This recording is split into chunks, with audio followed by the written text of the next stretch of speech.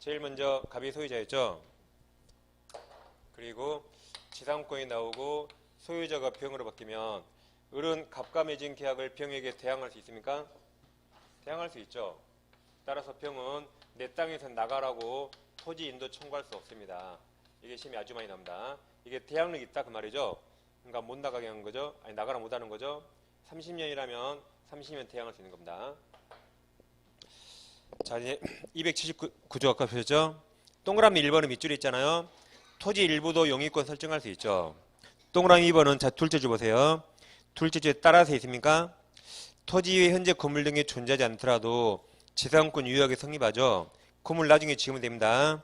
다음 기존 공작물의 소목이 멸실하더라도 다시 지으면 되잖아요. 지상권은 소멸하지 않습니다. 그 심이 잘 나옵니다.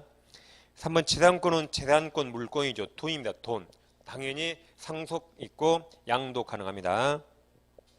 4번 지상권과 지역권은 유상무상 가능하죠. 그래서 지료가 요건이 아닙니다. 근데 전세권과 임대차는 반드시 유상이죠. 그 차이입니다. 5번이 제일 중요하죠. 지상권은 물권으로서 대항력이 있다. 따라서 지상권이 설정된 토지를 양수한 자, 이 평이죠. 지상권이 있는 것을 양수한 자 평은 지상권자에게 그 토지 인도 청구할 수 없습니다. 6번 더 심이 잘 나옵니다. 갑토지가 나대지거든요. 나대지라서 K은행에서 대출을 많이 해줬어요. 10억을 대출했습니다. 그리고 은행이 나대지에 저당권을 취득합니다. 근데 누가 여기다 건물 지으면 나대지 담보가치가 하락하니까 건물 못 짓게 은행이 지상권을 취득합니다. 은행은 토지 사용할 생각 없죠. 누가 건물 못 짓게 막아둔 겁니다. 이 상태에서 채권이 소멸합니다. 엄마가 죽으면 아세키 필요 없죠. 이거 소멸하죠. 이것도 필요 없죠. 다 같이 소멸합니다. 이게 제일 밑에 동그라미 6번입니다. 6번을 보세요. 근저당권 담보권 설정 당사자들이 그 목적 토지 외에 차후 용의권 설정 등으로 담보가치가 저감한 것을 막기 위해서 채권자가 은행이죠. 은행 앞으로 지당권 설정한 경우 피담보 채권이 변질하 실어 소멸하면 일단 거기 없지만 원래 판례 원문에 없어요. 일단 저당권 소멸하죠. 그리고 뭣도 소멸한다? 지당권도 같이 소멸합니다. 다음 2번 지당권 취득 1번 법률행위는 자 이렇게 해야 되죠. 지당권에 관한 물권적 합의하고 등기해야 되죠. 오른쪽 페이지. 이제 법정은 좀 이따입니다. 그럼 네모 3번에서 지당권 존속기간이 있죠. 밑에 양괄호 1번 지당권은 최장기 제한 없죠. 영구 가능합니다. 근데 최단기 제한 있죠. 최단기 제한 280조가 견고한 건물을 목적으로 하면 30년, 견고하지 않은 건물은 15년, 기타 공작물 무슨 전신지역 광고탑 동영상 이런 것들은 5년입니다. 다음 제일 밑에 281조 이제 기간을 정하지 않으면 최단기는 되는 거죠. 그래서 외웠습니다. 기간 정해야 한다 무조건 틀렸다 해서요.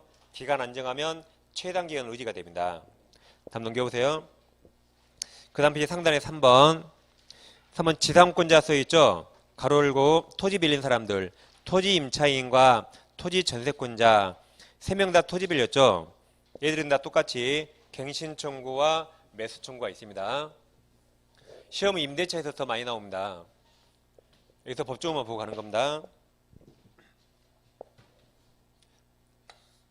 이제 갑소유 토지를 우리 지상권을 취득했거나 또는 토지 임차권, 토지 전세권 똑같습니다. 그래서 우리 지상에 건물 짓습니다. 토지는 갑소유, 건물을 써야 되는데 이 상태 기간이 만료됩니다. 30년이라면 30년이 다 끝났어요.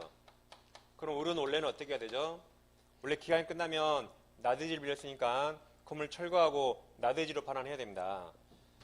근데 건물이 멀쩡히 현존하네요. 건물이 현존하면 철거하기 아깝죠. 그때 우리는 한 번 더 하실래요라고 갱신 청구할 수 있습니다. 지상권 한 번 더 하실래요라고 갱신 청구해야 됩니다. 이건 말 그대로 청구권이라 갑이 승낙할 수 있고 갑이 거절할 수 있어요. 갑이 승낙하면 한 번 더 합니다.